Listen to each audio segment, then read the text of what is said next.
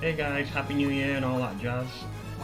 I'm going to try and make this as quick as I can, but I do owe you guys an update video soon. A kind of important one, but because it's important I've been putting it off.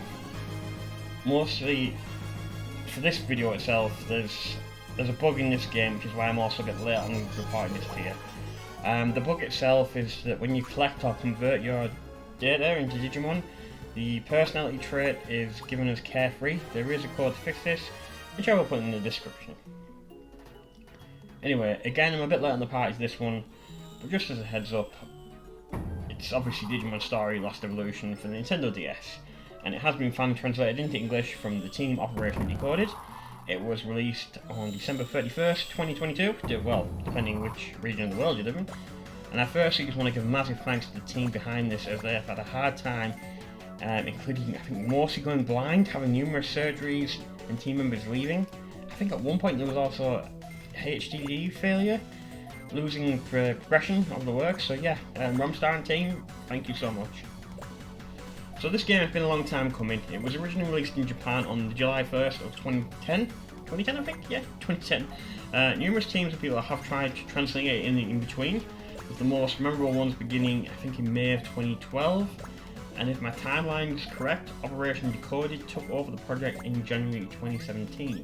So again, there has been like a lot of work going on between that point and this point.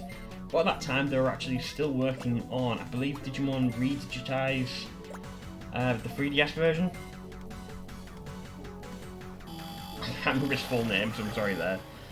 So Operation Decoded, as mentioned there, the team behind the translation to the PSP Digimon Redigitize and its 3DS upgrade Redigitized. Again, I'm probably butchering the names there, it's been a while. So for me personally, I've wanted to play this game for a long time, and when we got the later games in the Story Series in English, which is Cyber Sleuth and Hacker's Memory, it just doubled down my desire to play them, this game itself. For the longest time, this was the only game in the Story Series which hadn't been playable in English. It was the first three adapting the Digimon World title for its English releases, so we had Digimon World DS, Digimon World Dusk and Dawn. They were originally Digimon Story games. Now I love the graphics, it's the pixel artwork, it's just amazing. I don't really want to talk about the game as potentially spoilers, but I just want to briefly give you a quick rundown. It's a typical monster collecting RPG. It does have this really annoying game mechanic where you get like plates on games to complete the evolution paths. You have to repair them. You can break them while repairing them, but you can't really digivolve into that line until you've fixed and inserted the plates into the correct paths. So that's a little bit annoying. I'm probably going to try and insert some footage of that from the actual physical DS there. So, as you can probably tell, I'm not really a fan of emulating DS games on computers. I prefer playing DS games on either the DS hardware or the 3DS hardware, and for me the game runs smoothly.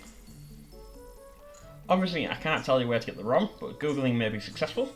Legally speaking, you should really be looking to buy the Japanese game, dumping it yourself and then applying the patch. With that being said, Bandai and Nintendo and all other parties involved will not be seeing a penny of your aftermarket purchases, so do with that information as you will. A quick search online has shown me that the game is going from roughly £20 to £300. Are you fucking for real? Fill your boots, yo me hearties, game on.